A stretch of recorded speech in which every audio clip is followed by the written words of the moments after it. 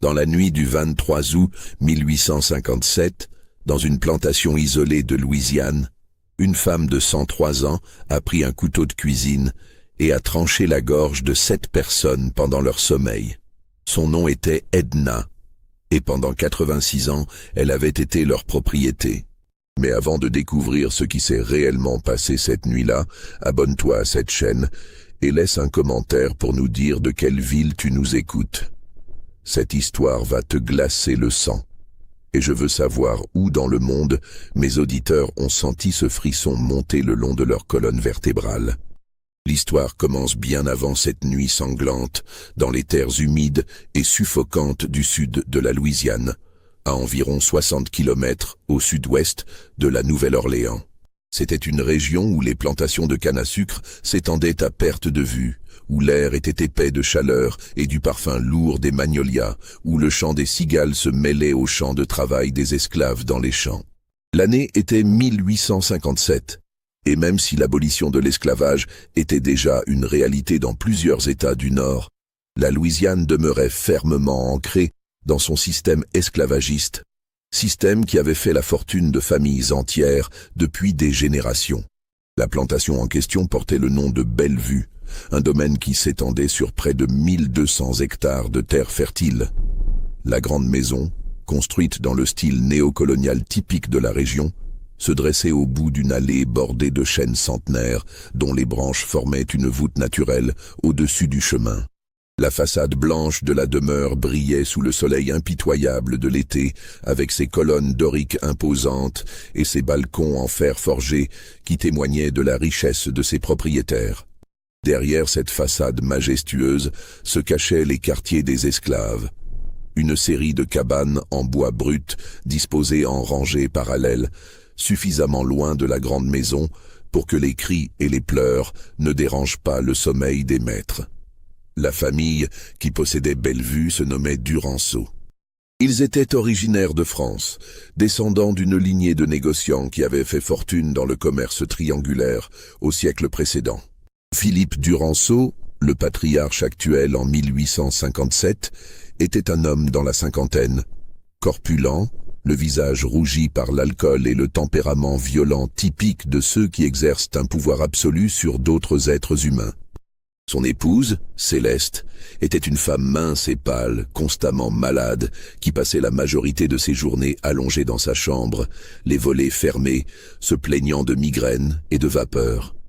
Ils avaient 5 enfants, 3 fils et 2 filles, tous adultes maintenant, mais qui vivaient encore dans la grande maison ou dans des dépendances sur la propriété. L'aîné, Auguste, avait 32 ans et gérait les opérations quotidiennes de la plantation avec une cruauté méthodique qui dépassait même celle de son père. Il était marié à une femme nommée Mathilde, originaire d'une autre famille de planteurs, et ensemble, ils avaient 2 jeunes enfants. Le second fils, Louis, âgé de 29 ans, s'occupait des aspects commerciaux, voyageant régulièrement à la Nouvelle-Orléans pour négocier la vente du sucre et l'achat de nouveaux esclaves. Le troisième fils, Étienne, le plus jeune à 24 ans, était celui que l'on pourrait qualifier de plus doux, de la fratrie, bien que ce terme soit relatif dans un tel contexte. Les 2 filles, Amélie et Victoire, âgées respectivement de 27 et 25 ans, vivaient encore sous le toit familial, attendant des mariages arrangés avec d'autres familles de planteurs de la région. Parmi les 147 esclaves qui travaillaient à Bellevue, Edna occupait une position particulière. Elle était la plus âgée, de très loin. Alors que l'espérance de vie d'un esclave dans les plantations de canne à sucre dépassait rarement 45 ans à cause des conditions de travail brutales, Edna avait survécu pendant plus d'1 siècle. Elle était arrivée à Bellevue en 1771, à l'âge de 17 ans, achetée par le grand-père de Philippe Duranceau lors d'une vente aux enchères à la Nouvelle-Orléans. C'était une jeune femme capturée en Afrique de l'Ouest, dans ce qui est aujourd'hui le territoire du Bénin, arrachée à sa famille et transportée dans les cales infernales d'un navire négrier pendant 3 mois. Au fil des décennies, Edna avait vu se succéder 3 générations de maîtres Duranceau. Elle avait travaillé dans les champs de canne pendant 40 ans, jusqu'à ce que son corps commence à céder sous le poids du labeur incessant. Puis on l'avait transférée à la cuisine de la grande maison, où elle avait passé les 40 années suivantes à préparer les repas de la famille, à servir à table, à nettoyer, à accomplir toutes ces tâches domestiques que les maîtres considéraient comme allant de soi. À 103 ans, elle était devenue une sorte de meuble vivant, une présence si ancienne et si constante qu'on ne la remarquait plus vraiment. Ses cheveux étaient devenus complètement blancs, sa peau ridée comme du cuir tanné par des décennies de soleil brutal, son dos courbé de façon permanente. Ses mains tremblaient lorsqu'elle portait les plats, ses genoux craquaient à chaque pas, mais elle continuait à travailler, car c'était tout ce qu'elle avait jamais connu. Les Duranceau aimaient à se présenter comme des maîtres bienveillants. Philippe racontait volontiers à ses invités qu'il traitait ses esclaves avec humanité, qu'il veillait à ce qu'ils soient bien nourris et logés, qu'il n'utilisait le fouet que lorsque c'était absolument nécessaire pour maintenir la discipline. C'était le discours standard des planteurs de l'époque, un mensonge collectif qu'ils se racontaient pour apaiser leur conscience. La réalité était bien différente. Les esclaves de Bellevue travaillaient 18 heures par jour pendant la saison des récoltes, sous une chaleur étouffante qui faisait régulièrement des victimes. Les punitions étaient fréquentes et créatives. Le fouet, bien sûr, mais aussi les fers aux pieds, l'exposition au soleil attachée à un poteau, la privation de nourriture, l'isolement dans des cellules sans lumière, creusées dans le sol. Edna avait tout vu. Elle avait vu des femmes violées par les maîtres et leurs fils, puis revendues lorsqu'elles tombaient enceintes pour éviter le scandale. Elle avait vu des enfants arrachés à leur mère et vendus à des plantations lointaines. Elle avait vu des hommes fouettés jusqu'à ce que la chair se détache de leur dos en lambeaux sanglants. Elle avait vu des tentatives d'évasion qui se terminaient par des pendaisons publiques destinées à servir d'exemple. Et pendant tout ce temps, elle avait gardé le silence, courbant la tête, murmurant « Oui, maître » et « Oui, maîtresse », survivant année après année alors que tant d'autres mouraient autour d'elle. Mais quelque chose avait commencé à changer en Edna au cours des derniers mois. Ceux qui travaillaient avec elle dans la cuisine avaient remarqué des signes étranges. Elle murmurait parfois toute seule en accomplissant ses tâches, dans cette langue africaine que personne d'autre ne comprenait plus, car tous ceux de sa génération étaient morts depuis longtemps. Ses yeux, autrefois résignés et éteints, semblaient avoir retrouvé une certaine intensité, une lueur que personne ne pouvait tout à fait identifier. Elle dormait moins, se réveillant souvent au milieu de la nuit, fixant l'obscurité de sa cabane pendant des heures. Et elle avait commencé à poser des questions étranges aux autres esclaves, des questions sur le nombre exact de personnes qui dormaient dans la grande maison, sur les habitudes nocturnes de la famille, sur où se trouvaient les couteaux les plus aiguisés de la cuisine. L'été de 1857 fut particulièrement brutal. La chaleur était accablante, transformant les champs de canne en fournaises à ciel ouvert, où les esclaves s'effondraient régulièrement d'épuisement et de déshydratation. Dans la grande maison, les Duranceau cherchaient refuge derrière leurs volets fermés, buvant de la limonade glacée préparée par Edna, pendant que dans les champs, des hommes et des femmes mouraient de soif.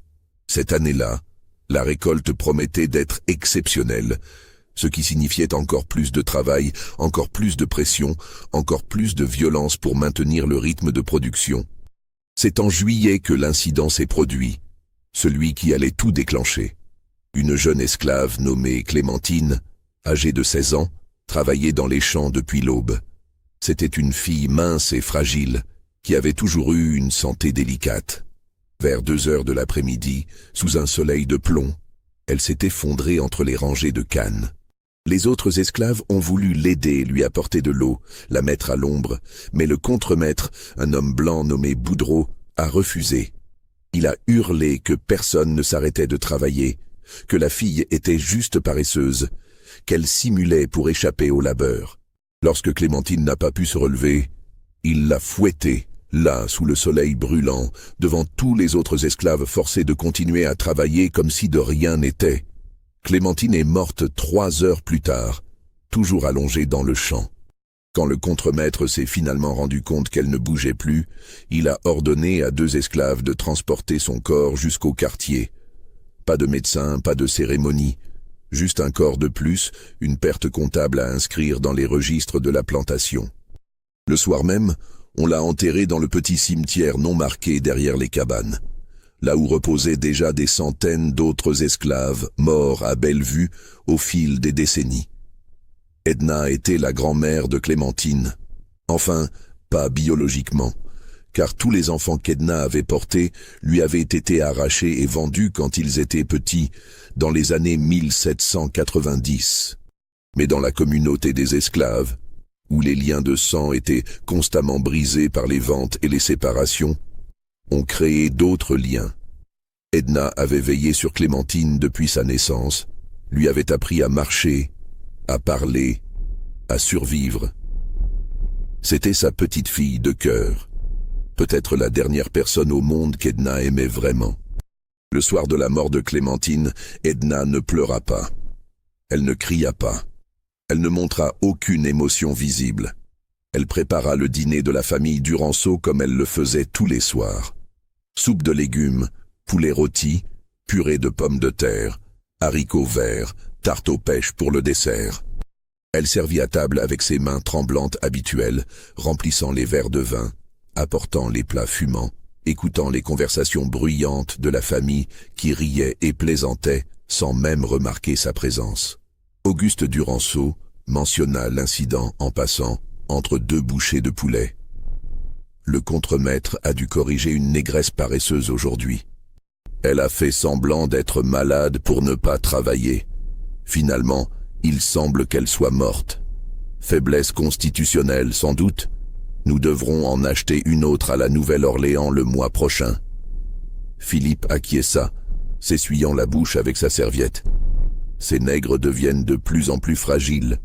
De mon temps, ils duraient plus longtemps. C'est la qualité qui baisse.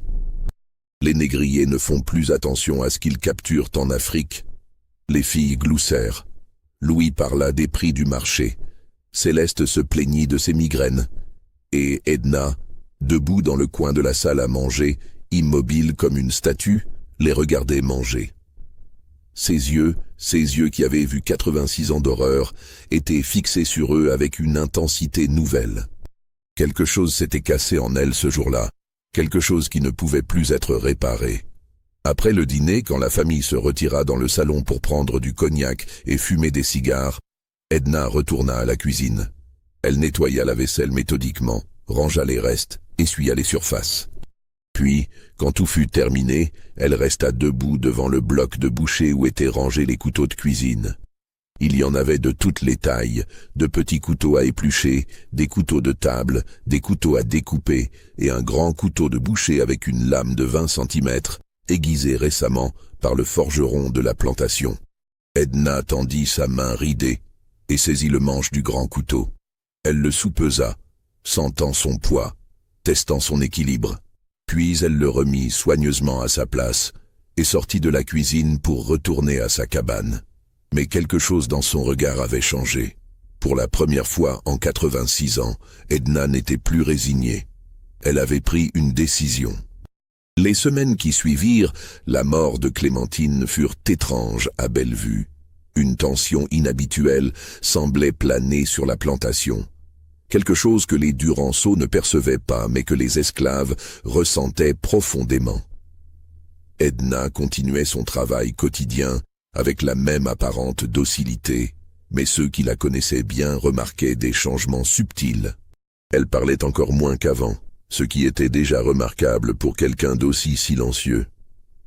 Ses mains ne tremblaient plus autant quand elle portait les plats. Et ses yeux laiteux voilés par les cataractes de la vieillesse, semblaient avoir retrouvé une clarté troublante. La nuit, dans les quartiers des esclaves, on commençait à raconter des histoires sur Edna. Des histoires anciennes que les plus vieux se rappelaient à peine.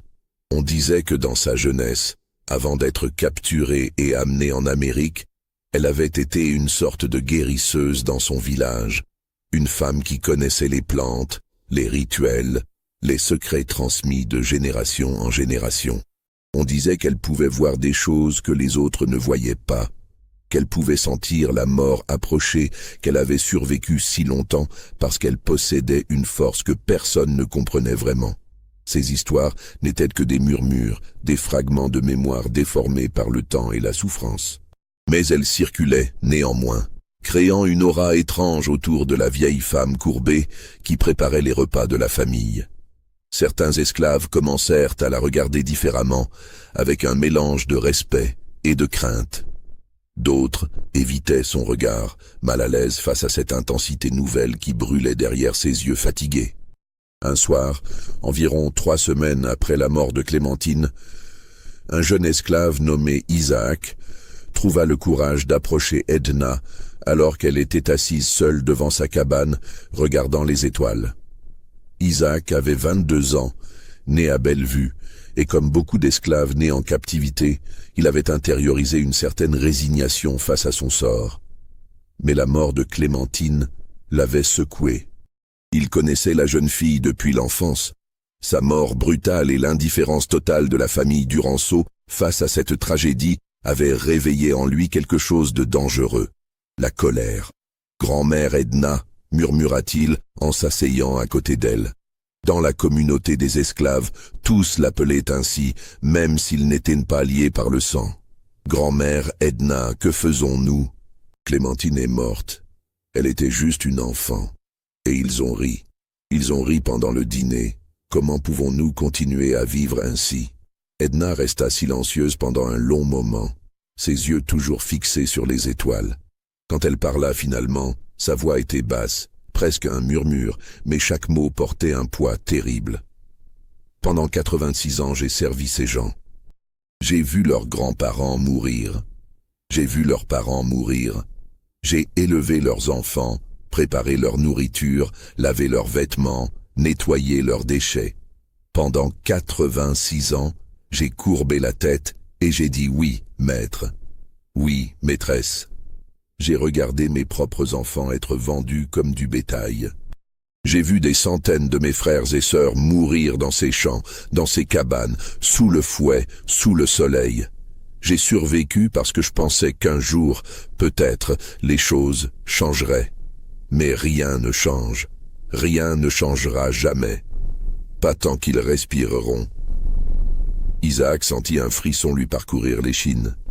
Il n'avait jamais entendu Edna parler ainsi, avec cette rage froide et contrôlée qui vibrait dans chaque syllabe. « Que voulez-vous dire, grand-mère » Edna tourna finalement son regard vers lui.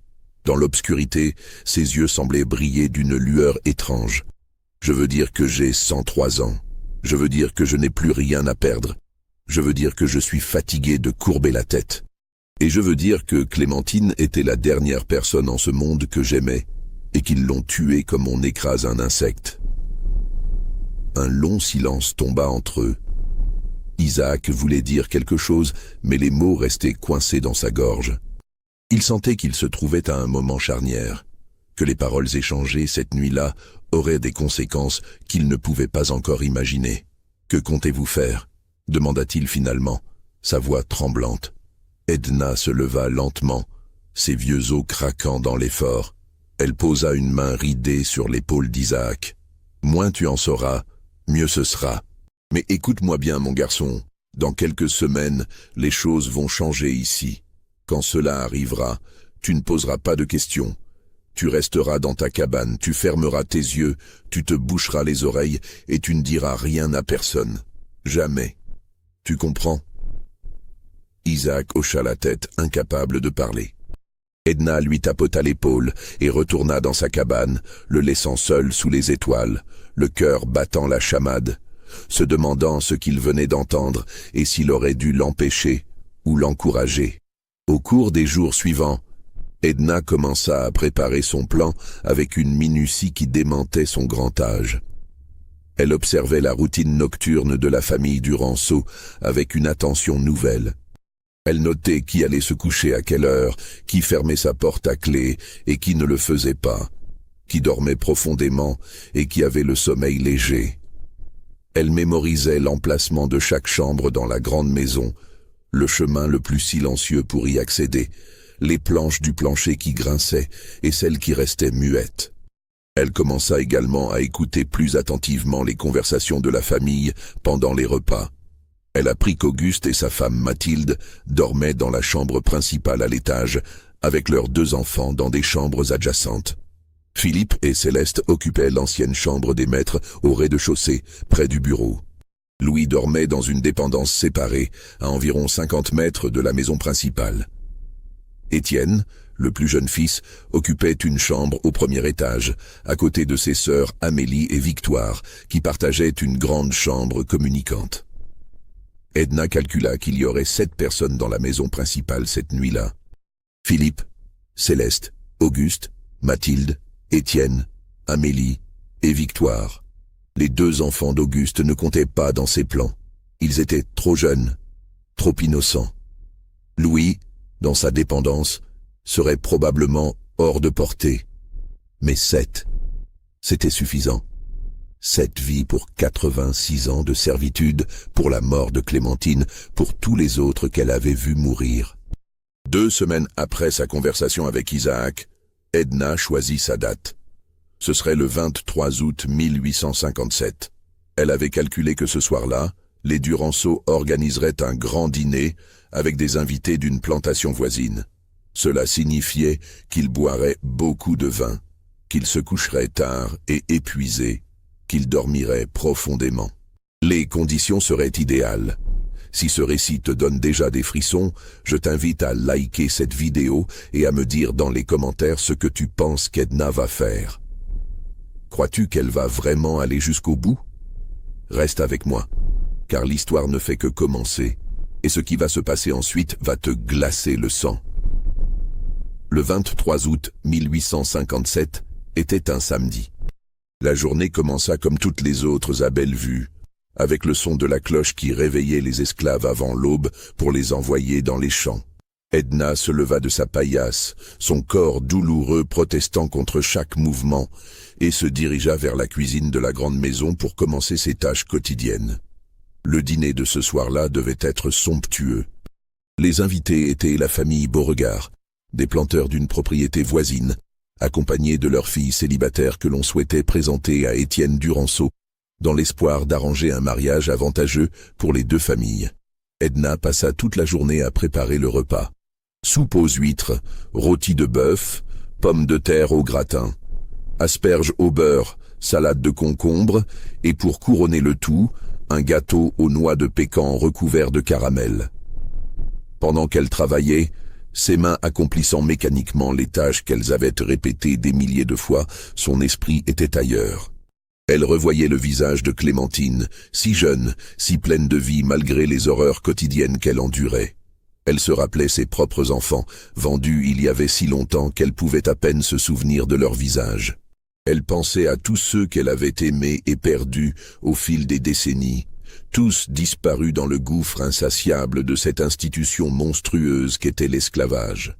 Les invités arrivèrent vers 6 heures du soir, leurs calèches tirées par des chevaux magnifiquement entretenus, leurs vêtements élégants témoignant de leur richesse.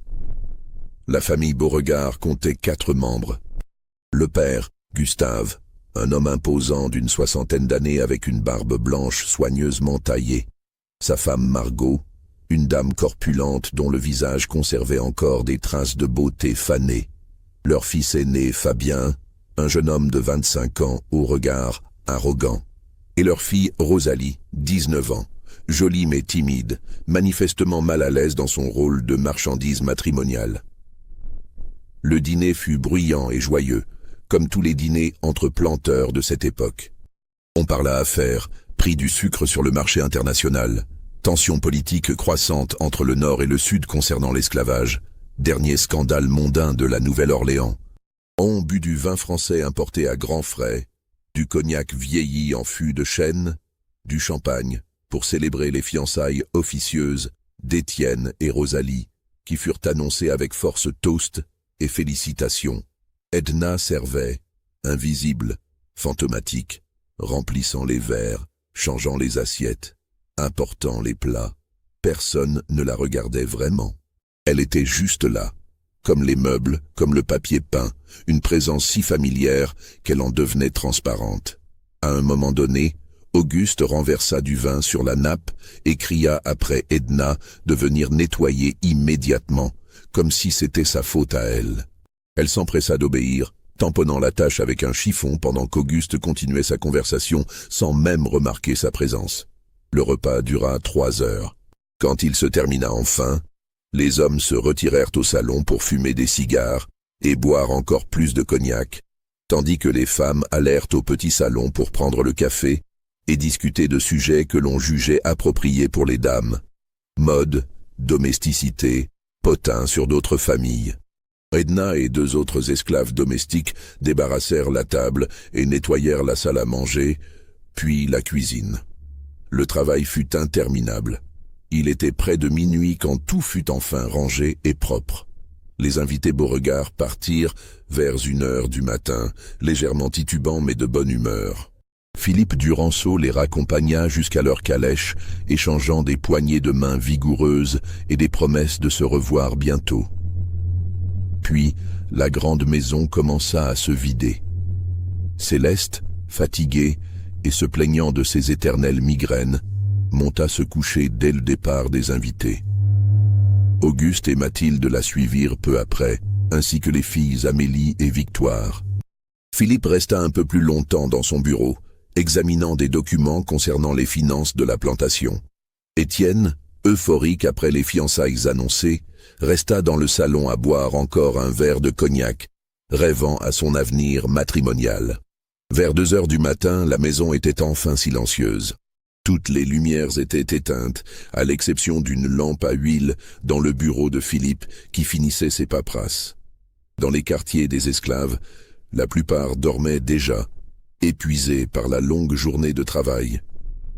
Mais Edna, dans sa petite cabane, était parfaitement éveillée. Elle était assise sur sa paillasse, les yeux fixés sur l'obscurité, attendant.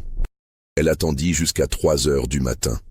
À cette heure-là, même Philippe avait fini son travail et était monté se coucher. La plantation entière dormait, plongée dans ce silence particulier des heures les plus profondes de la nuit, quand même les insectes semblent s'être tus. Edna se leva alors, ses mouvements lents mais précis. Elle ne prit rien avec elle, pas même une lanterne. Elle connaissait le chemin vers la grande maison par cœur, l'ayant parcouru des milliers de fois. Elle pouvait le faire les yeux fermés. Elle sortit de sa cabane et traversa la cour entre les quartiers des esclaves et la grande maison. La nuit était chaude et humide, typique de l'été en Louisiane. Une lune à peine visible perçait à travers les nuages, projetant juste assez de lumière pour distinguer les formes dans l'obscurité. Edna avançait pieds nus dans l'herbe, faisant moins de bruit qu'une ombre. Son cœur battait calmement dans sa poitrine. Elle n'avait pas peur. Après 103 ans de vie, dont 86 en esclavage, elle avait dépassé la peur. Elle atteignit la porte de la cuisine à l'arrière de la grande maison. Elle n'était jamais verrouillée, car qui aurait imaginé qu'un esclave oserait entrer dans la maison des maîtres sans permission? Edna tourna la poignée doucement et poussa la porte. Elle s'ouvrit sans un grincement, révélant l'intérieur sombre de la cuisine. Edna entra et referma la porte derrière elle. Elle resta immobile un moment, laissant ses yeux s'habituer à l'obscurité encore plus profonde de l'intérieur. Puis, elle avança vers le bloc de boucher où étaient rangés les couteaux. Ses doigts trouvèrent le grand couteau de boucher, celui avec la lame de 20 cm qu'elle avait soupesé quelques semaines auparavant. Elle le saisit fermement. Le métal était froid contre sa paume. Tenant le couteau contre sa cuisse pour le cacher dans les plis de sa robe, Edna quitta la cuisine et avança dans le couloir qui menait au reste de la maison. Elle connaissait chaque recoin de cette demeure, ayant passé des décennies à la nettoyer, à la servir.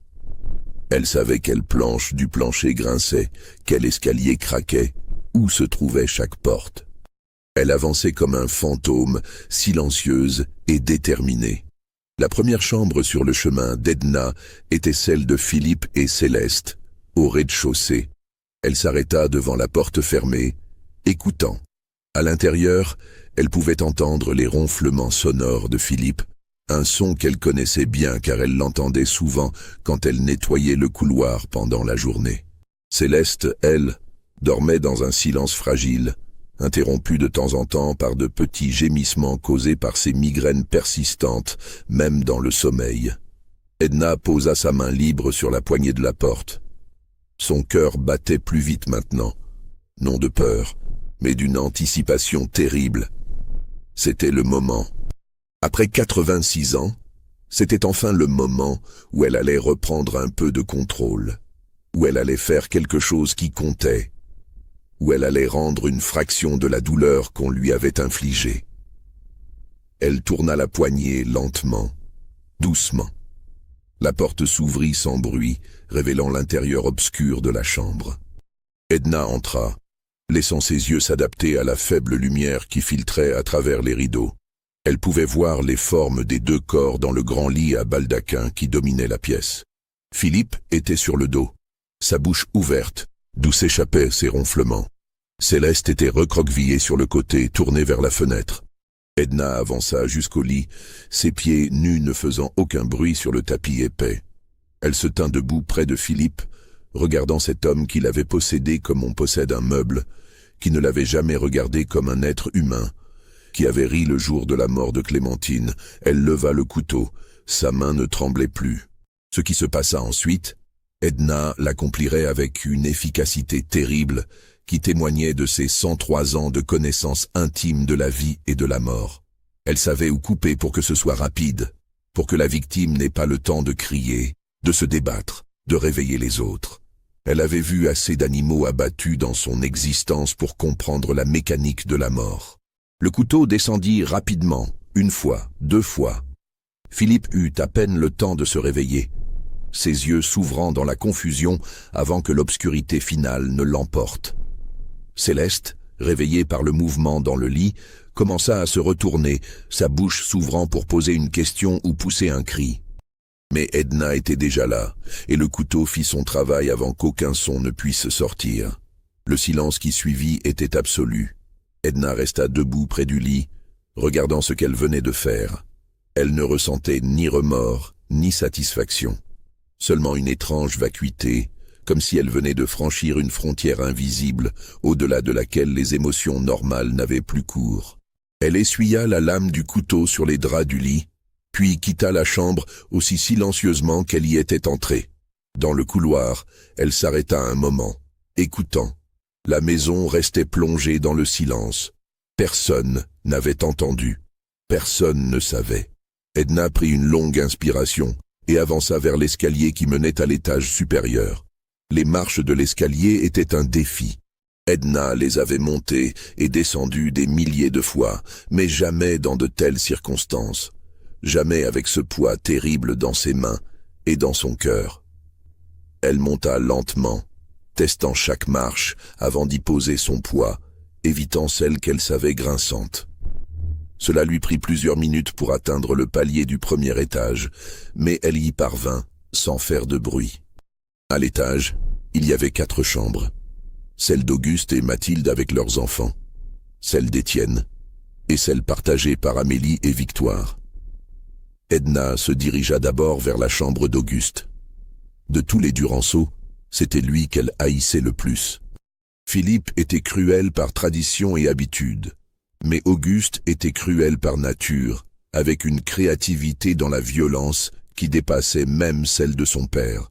C'était lui qui avait personnellement conçu certaines des punitions les plus atroces infligées aux esclaves de Bellevue. C'était lui qui prenait du plaisir à leur souffrance, qui souriait quand le fouet claquait. La chambre d'Auguste n'était pas fermée à clé. Edna entra et trouva le couple endormi. Auguste ronflant presque aussi fort que son père, Mathilde dormant paisiblement à ses côtés. Dans les chambres adjacentes, elle pouvait entendre la respiration douce de leurs 2 jeunes enfants. Edna s'approcha du lit, leva son couteau et répéta ce qu'elle avait fait en bas. Auguste, comme son père, eut à peine le temps de se réveiller. Mathilde non plus. Edna s'arrêta alors, debout au milieu de la chambre ensanglantée. Elle regarda vers les portes qui menaient aux chambres des enfants. Ils étaient innocents. Ils étaient jeunes. Ils n'avaient encore fait de mal à personne. Quelque chose en elle, un dernier vestige d'humanité peut-être, refusa d'aller plus loin dans cette direction. Les enfants vivraient. Ils réveilleraient demain matin sans parents, traumatisés à jamais. Mais ils vivraient. Edna sortit de la chambre et se dirigea vers celle d'Étienne. Le plus jeune fils d'Uranceau, celui qu'on considérait comme le plus doux, celui qui venait de se fiancer ce soir même avec la jeune Rosalie Beauregard. Edna se demanda brièvement si Étienne aurait été différent, si dans d'autres circonstances il aurait pu devenir un homme meilleur que son père et son frère. Mais ces questions étaient sans importance maintenant. Étienne était un Duranceau. Il avait grandi dans ce système, il en profitait, il le perpétuerait. Son destin était scellé. Elle entra dans sa chambre et trouva le jeune homme endormi, une expression de contentement sur son visage, rêvant probablement de sa future épouse et de la vie confortable qui l'attendait. Ce contentement ne dura pas longtemps. Comme les autres, Étienne passa de son rêve de bonheur à l'obscurité finale, sans vraiment comprendre ce qui lui arrivait. Il ne restait plus qu'une chambre, celle d'Amélie et Victoire. Edna s'arrêta devant leur porte, hésitante pour la première fois. Les filles d'Uranceau n'avaient jamais été particulièrement cruelles envers les esclaves. Elles étaient plutôt indifférentes, vivant dans leur monde de robes et de bals et de conventions sociales, à peine conscientes de l'humanité des personnes qui les servaient. Mais cette indifférence même était une forme de cruauté, n'est-ce pas? Elles profitaient du système autant que leurs frères et leurs pères. Elles acceptaient sans questionner que d'autres êtres humains soient réduits en esclavage pour leur confort. Edna poussa la porte et entra. La chambre était plus grande que les autres, avec 2 lits séparés par une table de nuit. Amélie dormait dans le lit près de la fenêtre, Victoire dans celui près de la porte. Edna s'approcha d'abord d'Amélie, puis de Victoire. Et comme elle l'avait fait pour les autres, elle accomplit ce qu'elle avait décidé de faire. Quand ce fut terminé, Edna ressortit dans le couloir. Elle tenait toujours le couteau, maintenant alourdi par ce qui s'était passé. 7 personnes, 7 vies éteintes en moins d'1 heure. La maison était toujours silencieuse, mais c'était maintenant le silence de la mort, pas du sommeil. Edna descendit l'escalier, retourna à la cuisine, nettoya soigneusement le couteau et le remit à sa place sur le bloc de boucher. Puis elle sortit de la grande maison et retourna vers sa cabane. Le ciel commençait tout juste à pâlir à l'est, annonçant l'approche de l'aube. Dans quelques heures, la cloche sonnerait pour réveiller les esclaves. Et alors, quelqu'un entrerait dans la grande maison et découvrirait ce qui s'était passé. Mais pour le moment, dans cet espace transitoire entre la nuit et le jour, Edna marchait seule à travers la cour, une vieille femme de 103 ans qui venait de commettre l'impensable. Quand elle atteignit sa cabane, elle ne se coucha pas. Elle s'assit simplement sur sa paillasse, les mains posées sur ses genoux, et attendit. Elle attendit que le soleil se lève. Elle attendit que l'horreur soit découverte. Elle attendit que les conséquences de ses actes se déploient. Et pendant qu'elle attendait, pour la première fois en 86 ans, elle sentit quelque chose qu'elle avait presque oublié. Elle se sentit libre. L'aube du 24 août 1857 se leva sur Bellevue comme toutes les autres aubes, avec le chant des oiseaux et la chaleur humide qui commençait déjà à envahir l'air. À 5h30 précise, le contremaître Boudreau sonna la cloche qui devait réveiller les esclaves pour une nouvelle journée de travail. Les hommes et les femmes sortirent de leurs cabanes, certains plus lentement que d'autres, tous résignés à affronter encore 18 heures de labeur sous le soleil impitoyable. Isaac, le jeune homme qui avait parlé avec Edna quelques semaines auparavant, émergea de sa cabane et chercha immédiatement la vieille femme du regard. Il la vit assise devant sa propre cabane, exactement dans la même position qu'elle avait maintenue toute la nuit. Leurs yeux se croisèrent pendant un bref instant. Isaac sentit un frisson de terreur pure le traverser. Il sut immédiatement, sans savoir comment il le savait, que quelque chose d'irréversible s'était produit. Les esclaves se rassemblèrent pour recevoir leurs instructions quotidiennes du contremaître. Mais ce matin-là, il y avait quelque chose d'étrange.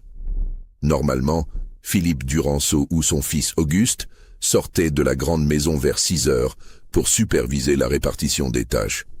Ce matin-là, personne ne sortit. Les minutes passèrent. 6 heures, puis 6h15, puis 6h30. Toujours personne. Le contremaître Boudreau commença à s'impatienter. Il envoya un jeune esclave domestique frapper à la porte de la grande maison pour réveiller les maîtres.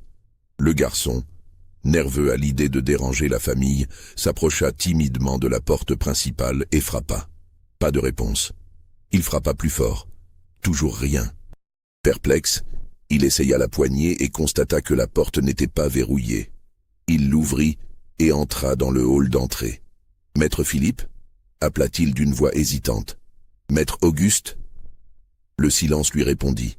Un silence épais, pesant, qui semblait avoir une texture presque physique. Le garçon avança prudemment vers la chambre de Philippe et Céleste au rez-de-chaussée. La porte était entr'ouverte. Il la poussa doucement et regarda à l'intérieur. Ce qu'il vit le fit hurler.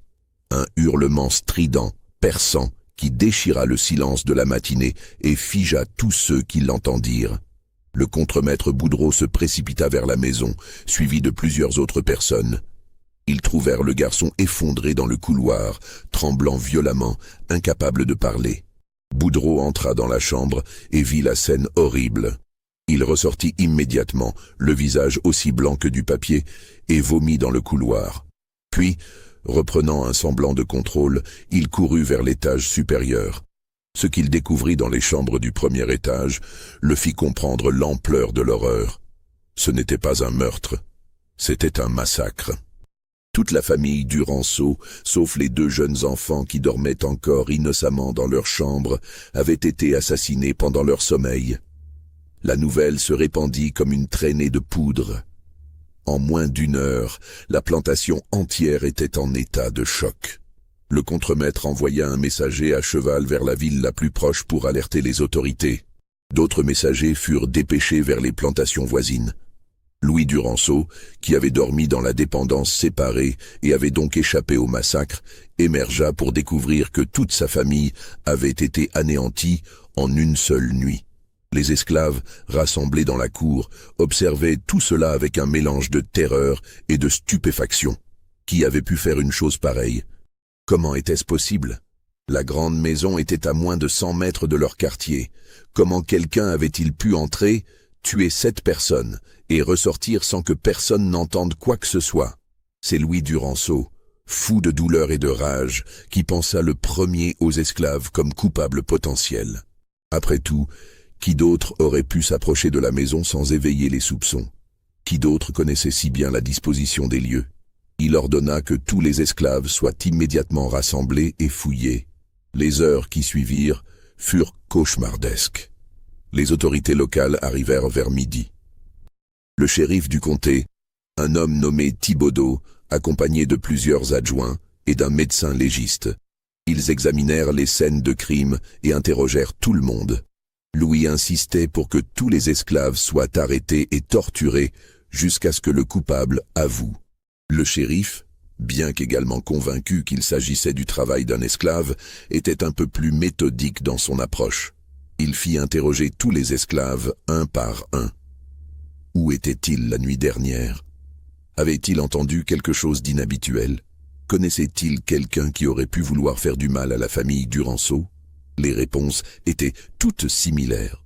Non, rien entendu, rien vu, rien su. La plupart des esclaves étaient genuinement choqués et terrifiés. Ils comprenaient que même s'ils n'avaient rien fait, ils allaient tous payer pour ce crime. C'était toujours ainsi. Quand quelque chose de grave se passait, tous les esclaves souffraient. C'est vers 4 heures de l'après-midi que le shérif Thibaudeau pensa à examiner la cuisine de la grande maison. Il remarqua le bloc de boucher avec ses couteaux soigneusement rangés. Quelque chose dans la disposition des couteaux attira son attention. Ils étaient tous parfaitement alignés, trop parfaitement peut-être, comme si quelqu'un avait pris soin de les nettoyer et de les ranger avec une attention inhabituelle. Il fit venir le médecin légiste qui examina les blessures des victimes et confirma que l'arme du crime était probablement un grand couteau de cuisine. Le shérif prit alors le grand couteau de boucher et l'examina attentivement. Il était propre, brillant, apparemment bien entretenu. Mais quand il le regarda de plus près à la lumière, il remarqua quelque chose dans la jointure entre la lame et le manche. Une minuscule trace de ce qui ressemblait à du sang séché, presque invisible, mais présente néanmoins. C'était l'arme du crime, il en était certain. Maintenant, la question était, qui avait accès à la cuisine? Qui aurait pu prendre ce couteau, commettre ces meurtres, puis le nettoyer et le ranger si soigneusement? Le shérif interrogea le contremaître sur les esclaves domestiques. Boudreau lui donna une liste de noms, 3 femmes qui travaillaient dans la cuisine et la maison. L'une d'elles était Edna. « Celle-là » demanda le shérif. « Une vieille femme de 103 ans? Tu es sérieux ?»« Elle est la plus ancienne, » répondit Boudreau. « Elle travaille dans la cuisine depuis 40 ans. Elle connaît cette maison mieux que quiconque. » Le shérif était sceptique. Comment une femme de 103 ans, courbée par l'âge, pouvait-elle avoir la force de tuer 7 personnes, dont certaines étaient des hommes vigoureux? Cela semblait impossible. Mais par souci d'exhaustivité, il décida quand même de l'interroger. On amena Edna devant le shérif. Elle avança lentement, sa démarche tremblante, son dos voûté, l'image même de la fragilité et de la vieillesse. Le shérif la regarda avec un mélange de pitié et d'impatience. « Ton nom est Edna ?» demanda-t-il. « Oui, maître », répondit Edna d'une voix faible. « Tu travailles dans la cuisine de la grande maison ?»« Oui, maître. »« Où étais-tu la nuit dernière ?»« Dans ma cabane, maître. Je dormais. As-tu entendu quelque chose d'inhabituel ?»« Non, maître. Je suis vieille. Je dors profondément. » Le shérif hocha la tête, prêt à la renvoyer. Mais quelque chose dans les yeux d'Edna attira son attention. Il y avait là une clarté, une intensité qui contrastait étrangement avec la fragilité apparente de son corps. Il la regarda plus attentivement. « Depuis combien de temps es-tu ici ?» demanda-t-il. « 86 ans, maître. »« 86 ans, » répéta le shérif, laissant le nombre résonner. « C'est long, très long. Tu as vu beaucoup de choses en 86 ans, j'imagine. »« Oui, maître, » dit Edna simplement. Un silence tomba. Le shérif continuait à regarder Edna, et Edna le regardait en retour. Et dans ce moment, quelque chose passa entre eux, une compréhension tacite. Le shérif vit dans ses vieux yeux fatigués quelque chose qu'il n'avait jamais vu auparavant chez un esclave. Pas de la peur, pas de la soumission, mais quelque chose qui ressemblait presque à de la paix. « Montre-moi tes mains » ordonna-t-il soudainement. Edna tendit ses mains ridées. Le shérif les examina attentivement. Elles étaient propres, pas de traces visibles de sang. Mais ses paumes étaient calleuses, durcies par des décennies de travail, et ses doigts, malgré leur tremblement apparent, semblaient encore avoir une certaine force. C'étaient les mains de quelqu'un qui avait passé toute sa vie à travailler, à accomplir des tâches difficiles. C'étaient des mains qui auraient pu, peut-être, tenir fermement un couteau. « C'était toi, n'est-ce pas ?» murmura le shérif, si bas que seule Edna pouvait l'entendre.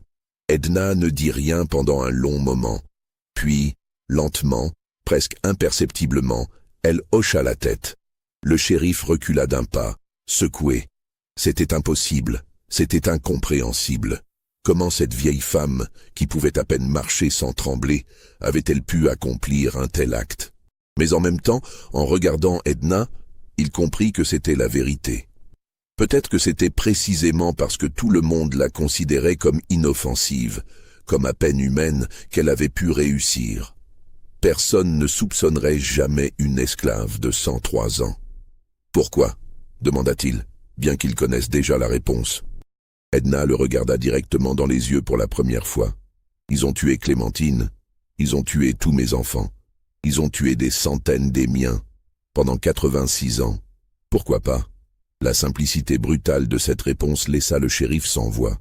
Il comprenait, dans une partie de lui-même, qu'il préférait ne pas examiner de trop près, que dans la logique tordue de ce système qu'ils avaient tous construit et maintenu, ce qui s'était passé était inévitable. On ne pouvait pas réduire des êtres humains en esclavage pendant des générations, les traiter comme du bétail, les torturer et les tuer impunément, sans qu'à un moment donné, l'un d'entre eux ne se rebelle de la manière la plus terrible qui soit. Mais cette compréhension ne changeait rien au fait. Un crime avait été commis, un crime monstrueux. Et en tant que représentant de la loi, le shérif avait un devoir à accomplir. Il appela ses adjoints. « Arrêtez cette femme », ordonna-t-il, « c'est elle qui a tué la famille Duranceau ». Un murmure de stupéfaction parcourut l'assemblée. Louis Duranceau se précipita en avant, le visage déformé par la rage. « Cette vieille négresse ? C'est impossible, tu te moques de moi ?» « Elle a avoué », répondit calmement le shérif. Louis regarda Edna comme s'il la voyait pour la première fois. Cette créature courbée, tremblante, qu'il n'avait jamais vraiment regardée de toute sa vie, avait massacré sa famille entière.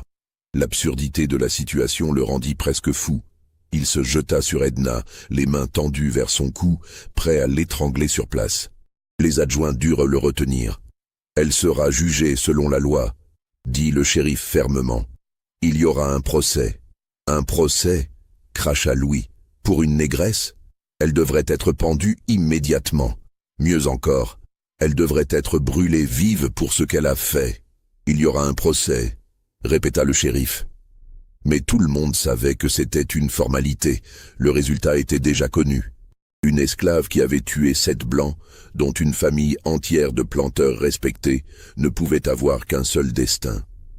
La seule question était de savoir si l'exécution serait rapide ou lente, publique ou privée, et quelle forme elle prendrait.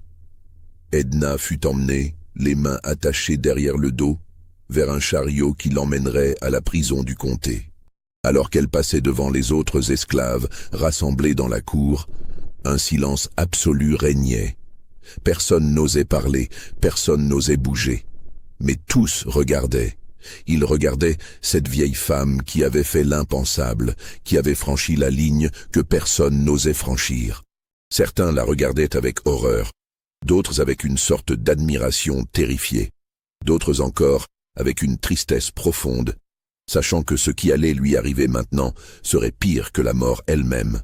Isaac, debout au bord de la foule, croisa une dernière fois le regard d'Edna. Elle lui adressa un imperceptible hochement de tête. Et dans ce geste minuscule, il comprit le message. Elle savait ce qu'elle avait fait, elle savait ce qui allait lui arriver, et elle l'acceptait. C'était le prix à payer. Mais pour la première fois en 86 ans, elle avait agi selon sa propre volonté. Elle avait repris le contrôle, ne serait-ce qu'un instant. Et cet instant valait le prix. Le chariot s'éloigna sur le chemin de terre, emportant Edna vers son destin. Derrière elle, la plantation Bellevue entrait dans une période de chaos et d'incertitude. Sans la famille Duranceau pour la diriger, sans structure claire de pouvoir, l'avenir de la propriété et de tous ceux qui y vivaient était incertain.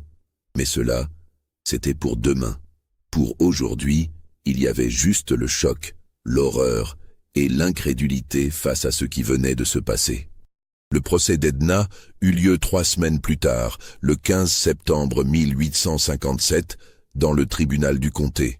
Ce fut une affaire brève et sans surprise. Le juge, un homme âgé nommé Blanchard, qui avait lui-même possédé des esclaves pendant toute sa vie adulte, présida les audiences avec une expression de dégoût mêlé de fascination. Comment une simple esclave, une vieille femme à l'article de la mort, avait-elle pu commettre un tel massacre ? Les témoignages durèrent moins d'une journée. Le shérif Thibaudot expliqua comment l'enquête avait mené à Edna, comment elle avait avoué, comment toutes les preuves physiques confirmaient sa culpabilité. Le médecin légiste décrivit les blessures des victimes, la manière dont elles avaient été infligées, l'arme probablement utilisée. Plusieurs esclaves de Bellevue furent appelés à témoigner, mais la plupart ne purent dire que ce qu'ils ne savaient pas. Non, ils n'avaient rien vu, rien entendu, ils dormaient dans leur cabane. Louis Duranceau, seul survivant adulte de la famille, donna un témoignage chargé d'émotion, décrivant la perte de son père, de ses frères, de ses sœurs, de sa belle-sœur. Il exigea la peine maximale pour Edna. « Cette créature, dit-il en pointant un doigt tremblant vers l'accusé, nous a servi pendant des décennies. Nous l'avons traitée avec bonté. Nous lui avons donné un toit, de la nourriture, un travail, et voilà comment elle nous remercie. Elle mérite la mort la plus lente et la plus douloureuse que la loi permet. » Edna, assise sur le banc des accusés, n'avait toujours montré aucune émotion tout au long du procès. Elle écoutait les témoignages avec une expression sereine, presque détachée, comme si tout cela concernait quelqu'un d'autre. Quand le juge lui demanda si elle avait quelque chose à dire pour sa défense, elle se leva lentement, ses chaînes cliquetant. « Je n'ai rien à dire pour ma défense, » dit-elle d'une voix claire qui surprit tout le monde par sa force. « J'ai fait ce que j'ai fait. Les raisons sont miennes. Vous ferez maintenant ce que vous devez faire. » Cette déclaration laconique provoqua un murmure dans la salle. Le juge frappa son marteau pour rétablir le silence. Il rendit son verdict sans même se retirer pour délibérer. Edna était coupable de 7 chefs d'accusation de meurtre. La sentence, mort par pendaison, à exécuter dans les 2 semaines suivantes. L'exécution fut fixée au 30 septembre 1857. Elle devait avoir lieu publiquement, sur la place principale de la ville, comme avertissement à tous les esclaves de la région sur ce qui arrivait à ceux qui osaient lever la main contre leur maître. Dans les jours précédant l'exécution, des centaines de planteurs et leurs familles affluèrent de tout le comté et même au-delà pour assister à l'événement. C'était à la fois un spectacle et une démonstration de pouvoir, une réaffirmation de l'ordre établi face à cette transgression inimaginable. Le matin du 30 septembre, Edna fut amenée de sa cellule vers la place publique dans un chariot ouvert, exposée aux regards et aux insultes de la foule qui s'était rassemblée. Certains criaient des obscénités, d'autres jetaient des ordures. Mais il y avait aussi, dans les marges de la foule, un certain nombre d'esclaves qui avaient été amenés par leur maître pour assister à l'exécution, forcés de regarder ce qui arrivait à ceux qui se rebellaient. Et dans les yeux de ces esclaves, il y avait quelque chose de différent. Pas de la célébration, certainement, mais peut-être une sorte de respect silencieux pour quelqu'un qui avait osé faire ce que personne d'autre n'aurait osé. La potence avait été érigée au centre de la place, une structure de bois brut, avec une plateforme, un escalier et une corde qui pendait du gibet, se balançant légèrement dans la brise du matin. Le bourreau, un homme masqué pour préserver son anonymat, attendait déjà sur la plateforme. Edna fut conduite en haut des marches, ses chaînes retirées seulement au dernier moment. Elle se tint debout, regardant la foule en contrebas, son visage toujours aussi serein. Le juge Blanchard lut l'acte d'accusation et la sentence d'une voix forte qui portait à travers la place. Puis, il demanda à Edna si elle avait des dernières paroles. Dans le silence qui suivit cette question, on aurait pu entendre une mouche voler. Toutes les conversations cessèrent. Tous les regards se tournèrent vers la vieille femme sur la potence. Edna resta silencieuse pendant un long moment, comme si elle réfléchissait à ce qu'elle voulait dire, ou si elle voulait dire quoi que ce soit. Puis elle parla, et sa voix, bien que faible en raison de son âge, portait néanmoins dans le silence absolu. « J'ai 103 ans, commença-t-elle. Pendant 86 de ces années, j'ai été votre propriété. J'ai planté votre canne. J'ai cuisiné votre nourriture. J'ai nettoyé vos maisons. J'ai élevé vos enfants. Et pendant tout ce temps, vous ne m'avez jamais regardé. Vous ne m'avez jamais vu. Pour vous, j'étais invisible, moins qu'humaine, juste un outil à utiliser et à jeter quand il ne servait plus. Vous m'avez pris mes enfants. Vous m'avez pris ma liberté. Vous m'avez pris ma vie. Et quand j'ai finalement repris un peu de cette vie, quand j'ai agi selon ma propre volonté, vous me condamnez. Eh bien, faites ce que vous devez faire. Mais sachez ceci, je ne regrette rien. Et quand je serai parti, d'autres viendront. Peut-être pas aujourd'hui, peut-être pas demain, mais ils viendront, car vous ne pouvez pas maintenir ce système éternellement. Un jour, d'une manière ou d'une autre, il tombera. Et tout ce que vous avez construit avec le sang et la souffrance de mes frères et sœurs tombera avec lui. » Ces mots provoquèrent un silence encore plus profond, si c'était possible. Certains dans la foule semblaient choqués par l'audace d'une esclave qui osait non seulement ne pas se repentir, mais prophétiser la chute du système esclavagiste lui-même. D'autres étaient mal à l'aise, car quelque part dans les profondeurs de leur conscience, ils savaient qu'Edna avait raison. Le système ne pouvait pas durer éternellement. Les tensions entre le Nord et le Sud s'intensifiaient. La guerre civile qui allait éclater 4 ans plus tard se profilait déjà à l'horizon.